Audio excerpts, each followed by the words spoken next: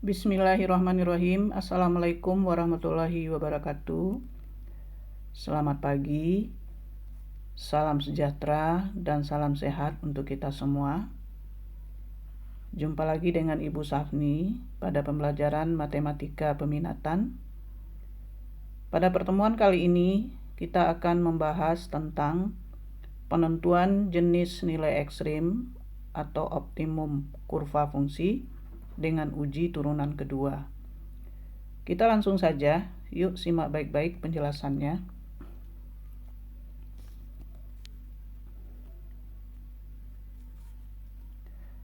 Uji turunan pada penentuan jenis ekstrim suatu fungsi.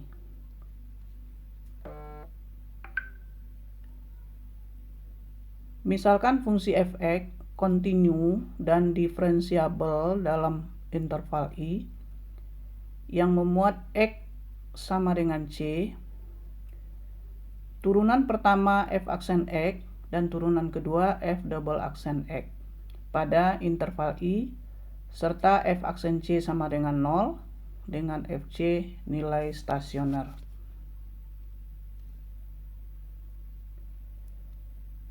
Yang pertama, jika f double aksen C-nya kecil dari 0, maka fc adalah nilai balik minimum fungsi f. Ya, ini diperhatikan ya. Jadi inilah nanti yang akan kita tentukan apakah dia nilai balik maksimum atau sebaliknya apakah dia nilai balik minimum. Yang kedua, jika f double aksen C-nya lebih besar dari 0, maka fc adalah nilai balik minimum fungsi f. Yang ketiga, jika f double aksen C sama dengan 0, maka fc adalah bukan nilai ekstrim fungsi f dan titik C, fc adalah titik belok kurva fungsi f atau fungsi f ya, sama saja. Jadi ada 3 ketentuan yang harus kita perhatikan nanti untuk menentukan jenis ekstrimnya, apakah dia merupakan nilai balik maksimum, nilai balik minimum, atau merupakan titik belok. Jadi kita akan menentukan itu dengan menggunakan uji turunan kedua ya. Untuk lebih jelasnya mungkin kita langsung ke contoh. Memahami penentuan titik ekstrim atau optimum kurva fungsi aljabar. Jadi kita lihat dulu contohnya dalam fungsi aljabar. Contoh, tentukan nilai ekstrim atau optimum dari kurva fungsi f(x) sama dengan 1/4 x pangkat 4 dikurang setengah x kuadrat dengan uji turunan kedua. Perhatikan pembahasannya. Fungsi f-nya f(x) sama dengan 1/4 x pangkat 4 dikurang setengah x kuadrat.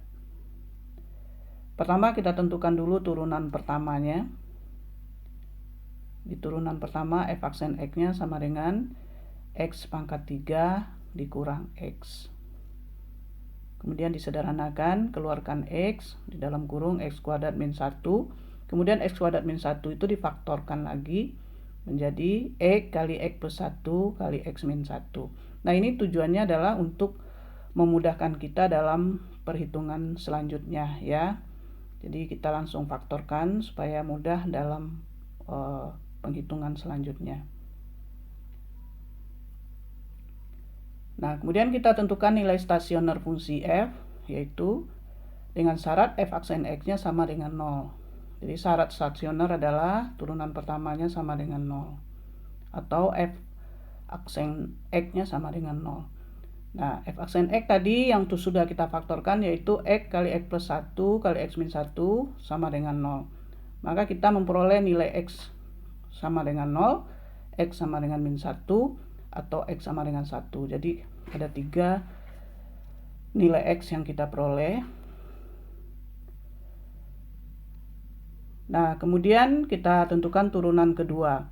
Turunan kedua kita peroleh dari turunan pertama, kita turunkan kembali. Tetapi yang belum kita faktorkan ya, sebelum yang belum kita faktorkan. Jadi sebelum kita faktorkan ya, kita turunkan kembali. F double aksennya menjadi 3x kuadrat min 1. Ya, jadi turunan pertama yang belum kita faktorkan tadi, kita turunkan kembali. Nah, sekarang kita lakukan uji turunan kedua pada nilai-nilai stasioner. Nah, nilai-nilai stasioner itu yang dimaksud adalah X sama dengan 0, X sama dengan min 1, atau X sama dengan 1. Jadi kita uji satu per satu. Kita mulai dari X sama dengan min 1 dulu. Jadi untuk X sama dengan min 1, lalu kita substitusi ke keturunan kedua di F double aksen min 1 sama dengan 3 kali min 1 kuadrat dikurang 1. Nah, hasilnya 2 ya. Jadi min 1 kuadrat kali 3 kurang 1, 2. 2 itu lebih besar dari 0. Tadi sudah dijelaskan bahwa apabila F double aksen C-nya besar dari 0, maka dia merupakan nilai minimum. Ya, atau nilai balik minimum. Nah, jadi nilai balik minimumnya diperoleh dari F-1, yaitu kita substitusi ke fungsi fx, fungsi asal ya, fungsi fx kita substitusi min 1-nya ke fx. Jadi f min 1 sama dengan 1/4 kali min 1 pangkat 4 dikurang setengah kali min 1 kuadrat. Karena tadi fx-nya kan 1/4 x pangkat 4 dikurang setengah x kuadrat ya. Jadi kita substitusinya ke fx. Nah, kita peroleh min 1/4. Nah, maka titik balik minimumnya adalah min 1, min 1/4. Ya, jadi kita untuk menentukan apakah dia minimum atau maksimum itu kita uji dulu ke keturunan kedua.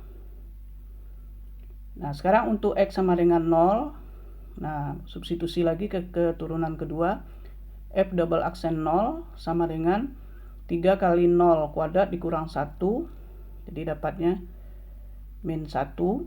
Ya, dia kecil dari 0 ya. Kalau F double aksen C kecil dari 0 tadi berarti dia maksimum. Nah, kemudian selanjutnya nilai balik maksimum diperoleh dari F0. Nah, substitusi lagi 0-nya ke fx. Jadi F0 sama dengan 1/4 kali 0 pangkat 4 dikurang setengah kali 0 kuadrat.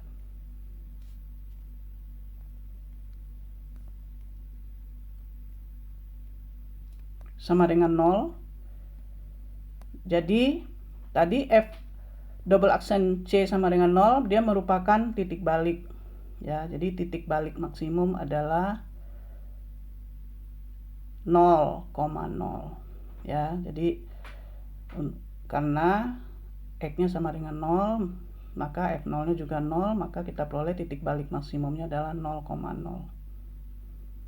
Sekarang kita uji untuk X sama dengan 1, maka F double aksen 1 sama dengan 3 kali 1 kuadrat dikurang 1 sama dengan 2. Ini besar dari 0, berarti dia merupakan nilai minimum. Ya, kemudian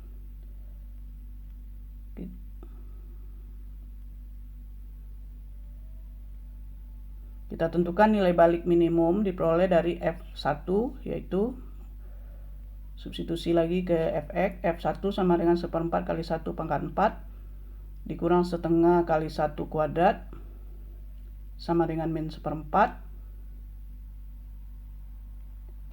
Jadi titik balik minimumnya adalah 1, min 1/4. Ya, sekarang kita lihat contoh yang kedua. Tentukan titik maksimum, titik belok, atau titik minimum dari kurva fungsi hx sama dengan 4 cos x ditambah cos 2x pada interval x kecil sama 2v besar sama 0.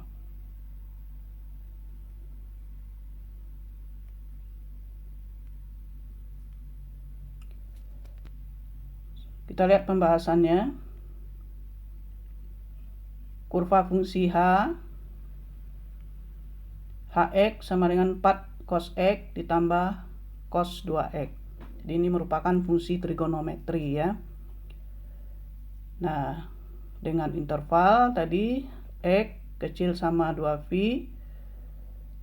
lebih besar sama 0 ya. Jadi X lebih kecil dari 2V lebih besar dari 0. Kita tentukan turunan pertama. Jadi langkah-langkahnya sama dengan yang tadi.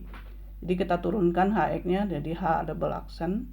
H aksen X sama dengan min 4 sin X dikurang 2 sin 2X. Kemudian kita sederhanakan. Min 4 sin X dikurang sin 2X itu diuraikan menjadi 2 sin X cos X. Jadi dikurang 2 dalam kurung 2 sin X cos X karena dia merupakan sudut rangkap. Maka H aksen X-nya sama dengan min 4 sin X. Kita keluarkan sin X-nya dikali 1 ditambah cos X. Jadi min 4 sin X dikali 1 ditambah cos X ya.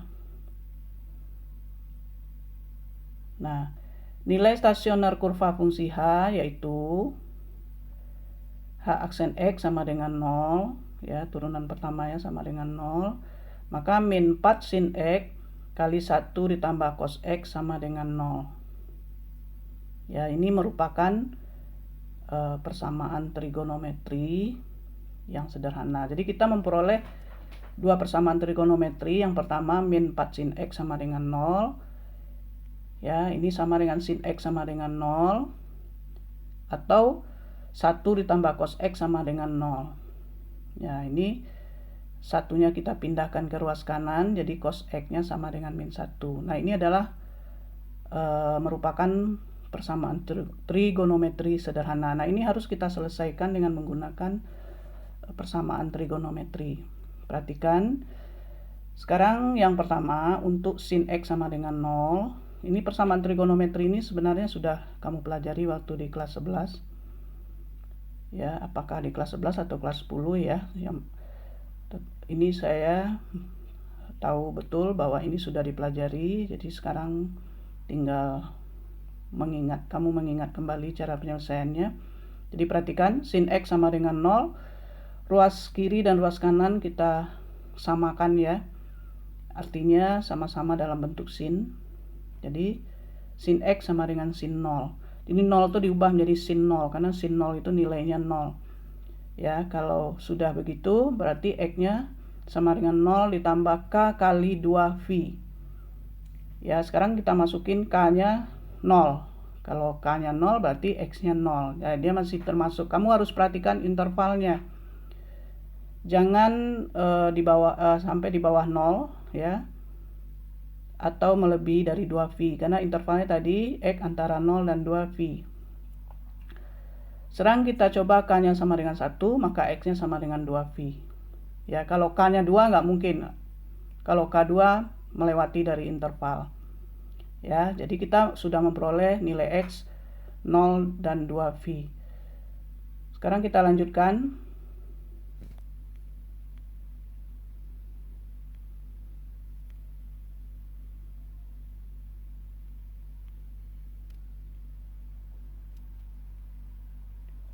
Atau X-nya sama dengan V dikurang 0 ya, atau 180 derajat dikurang alfa ya, karena alfanya tadi 0 ya, berarti V dikurang 0. V itu sama dengan 180 derajat kalau dia dalam bentuk sudut ya.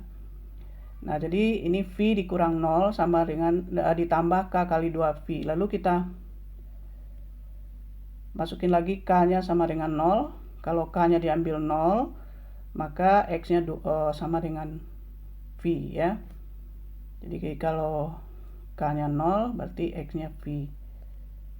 Nah, jadi kita peroleh 3 nilai X, 0, V, dan 2V untuk persamaan yang pertama. Sekarang kita lihat untuk persamaan yang kedua, yaitu cos X sama dengan min 1. Artinya begini, cos berapa yang nilainya min 1 ya. Jadi cos X sama dengan cos V. Ya, berarti cos V itu sama dengan cos 180, nilainya min 1. X sama dengan V ditambah K kali 2V. Ya, kita coba K-nya sama dengan 0, maka X-nya V. Ya, kalau K-nya 0, X-nya V. Atau X sama dengan min V ditambah K kali 2V. Nah, ini nggak mungkin K-nya 0. Kalau K-nya 0 berarti dia min V. Ya, sedangkan dia antara 0 dan 2V. Maka kita mulai K-nya sama dengan 1. K-nya sama dengan 1, maka kita peroleh X sama dengan V. Nah, tadi kita sudah menemukan nilai V. Jadi kita ambil salah satu saja. Jadi sini kita menemukan V lagi. Ya, jadi kita peroleh nilai X-nya 0, V, dan 2V. Ya, jadi V-nya ada berapa kali tadi kita peroleh, maka kita ambil aja salah satu ya, jangan dimasukin dua-duanya. Nah, kemudian kita tentukan turunan kedua dengan menurunkan kembali turunan pertama tadi. Jadi H double aksen X sama dengan min 4 cos X dikurang 4 cos 2X. Itu turunan keduanya. Kemudian kita uji turunan kedua untuk nilai-nilai X yang kita peroleh tadi. Sekarang untuk X sama dengan 0. H double aksen 0 sama dengan min 4 cos 0 dikurang 4 cos 2 kali 0. Ya, nah sama dengan min 8. Di cos 0 itu 1 ya. Jadi min 4 dikurang min 4 sama dengan min 8. Dia kecil dari 0. Ya, kalau kecil dari 0 tadi kan maksimum. Nah, berarti F0 sama, kita masukin ke Fx ya, kita substitusikan 0-nya ke Fx, jadi F0-nya sama dengan 4 kali cos 0 ditambah cos 2 kali 0. Jadi sama dengan 4 tambah 1 sama dengan 5. Nah, jadi titik balik maksimumnya 5. Ya, jadi caranya sama dengan yang tadi ya, dengan yang fungsi aljabar tadi yang contoh 1. Sekarang kita uji untuk X sama dengan V. Nah, H double aksen V sama dengan min 4 kali cos V dikurang 4 kali cos 2V. Jadi cos V min 1 ya, jadi min 4 kali min 1 dikurang 4 kali 1, cos 2V itu 1, ya, sama dengan cos 360. Jadi nilainya 4 dikurang 4 sama dengan 0, H double aksen V sama dengan 0.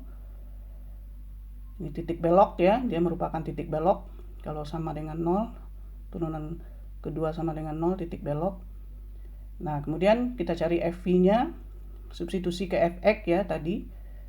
FV 4 kali 4 cos V ditambah cos 2V. Jadi 4 kali min 1 tambah 1, dapatnya min 3.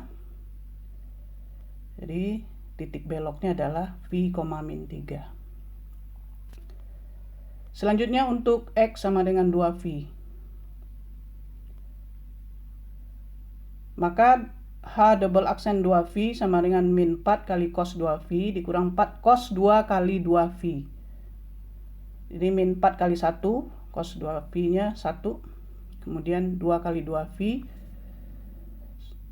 dikurang min 4 kali 1 dikurang 4 kali 1. Ya, jadi cos 4V itu juga sama ya, nilainya 1. Jadi min 8 kecil dari 0. Kalau kecil dari 0 tadi merupakan maksimum ya, nilai balik maksimum. F2V sama dengan 4 cos 2V ditambah cos 2 kali 2V. Jadi 4 ditambah 1 sama dengan 5. Jadi titik balik maksimumnya adalah 2V, 5.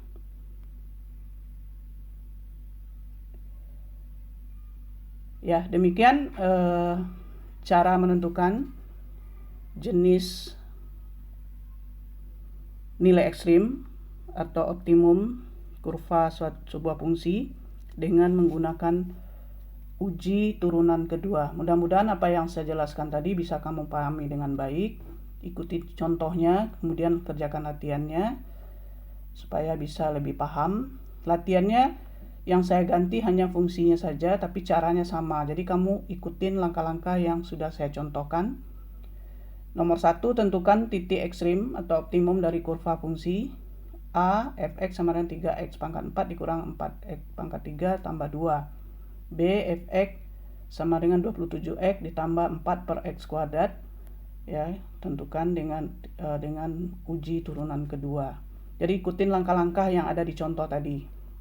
Yang kedua, tentukan titik maksimum, titik belok, dan titik minimum dari kurva fx cos kuadrat x ditambah cos x pada interval x kecil dari 2V besar dari 0. Oke, demikian penjelasan tentang penentuan jenis nilai ekstrim atau optimum kurva sebuah fungsi. Setelah ini kalian bersiap-siap untuk mengikuti penilaian harian kedua, karena ini materi sudah selesai untuk turunan beserta aplikasinya. Jadi minggu depan kita akan melakukan penilaian harian kedua. Usahakan semuanya ikut sehingga tidak ada yang susulan.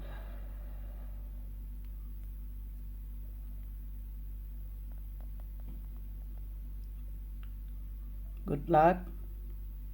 Terima kasih. Wassalamualaikum warahmatullahi wabarakatuh.